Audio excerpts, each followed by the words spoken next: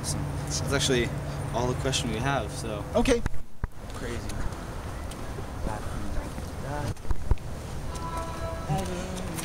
You would think at 8 o'clock at night there would be some black people roaming around.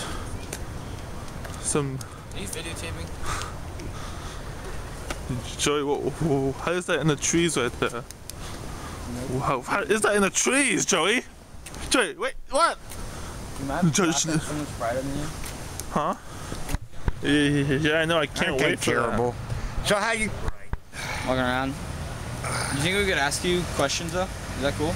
Well, it depends. I'm a pretty close person. Oh yeah, it but, doesn't even matter. yeah, it's you have the right to ask a question, and I have the right not to answer. Sounds good. All right, so. You need a light to read? Oh, thanks, man. All right, so first question. Do you have any exposure to the Christian church? Like, any experience, and what was that like? When you say exposure, have I like, ever walked into a church? Sure, anything.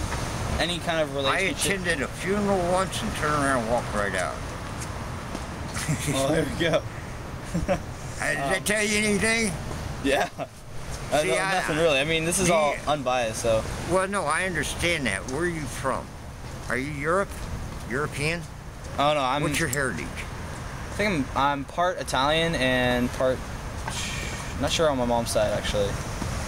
Well, you're European, probably. Oh yeah. Scandinavian. Could have been. Yeah. Maybe English too. I think my mom was a bit English. So actually, I got. See, I'm North Continent Indian.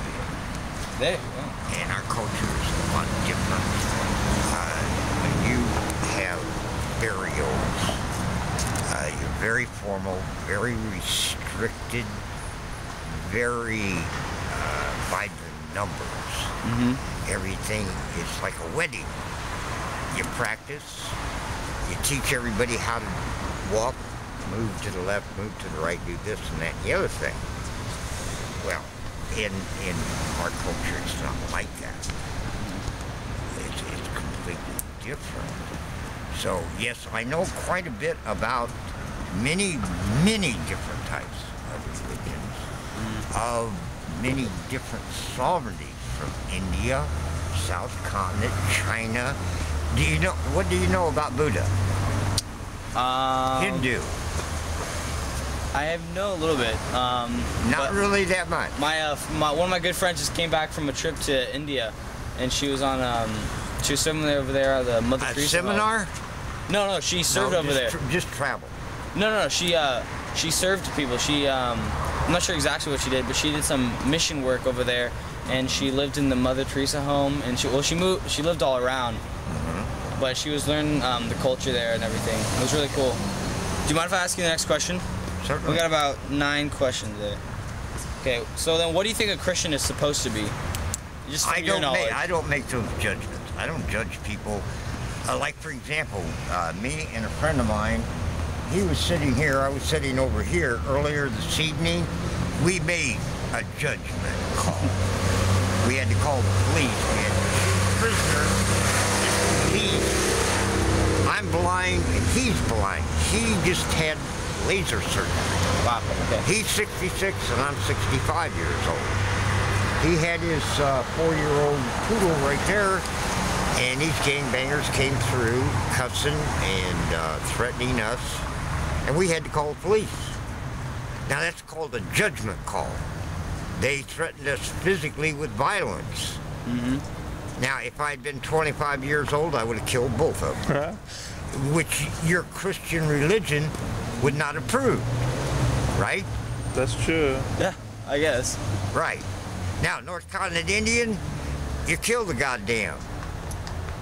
Just like that. Boom. Nice. And you don't have a prisoner anymore. You don't have a dirty, filthy criminal. You don't have a goddamn terrorist walking around threatening 65 and 66-year-old blind men.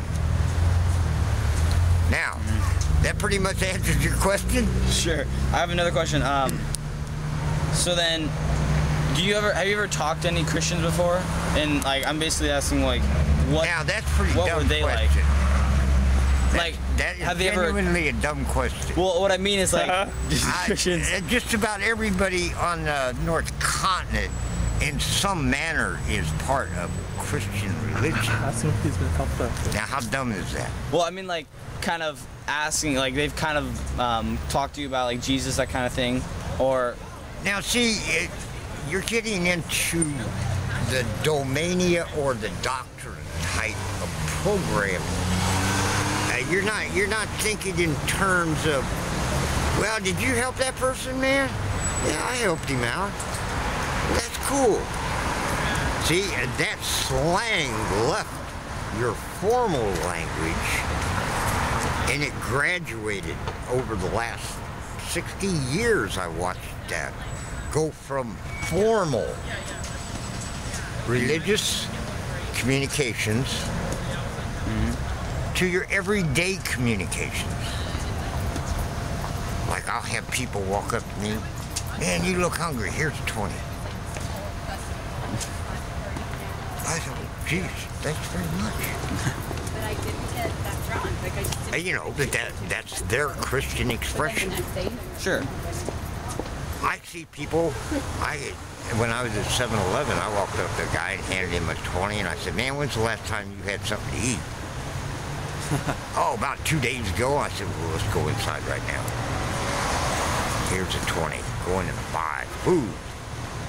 No alcohol, no drugs. You eat. Yeah. So, Alright, that's, so- see how it works? No more dumb questions. Yeah. Next question. Well, it's not a dumb question. You're in a doctrine Yeah. that was written centuries ago. Mm-hmm. The words are not applicable for here.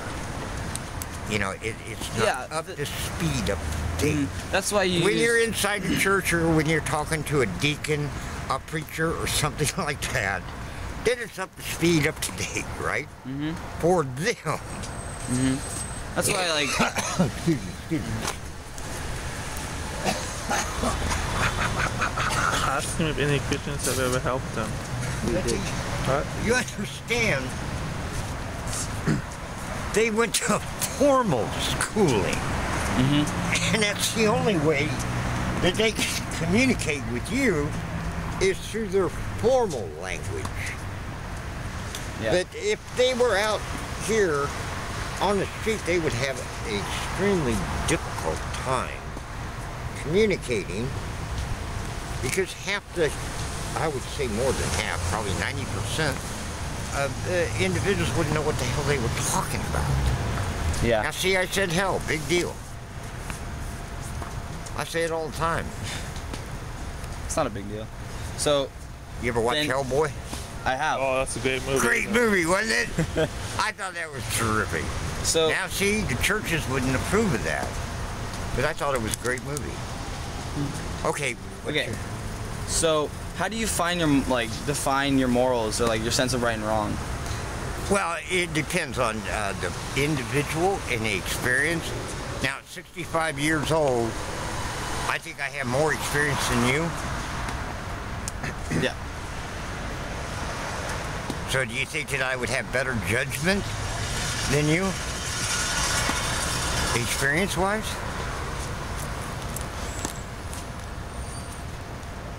Sure. Now, see, that's sure. retrospect. That's retrospect. So that means Yeah. that you might think that I'm being unappreciative of your intent or your thoughts, but I'm not. It's just that you have to understand that each individual. Now, if I question how many countries have you traveled in, it would One. take you at least 70 years to catch up to me. And the amount of country that I have traveled in.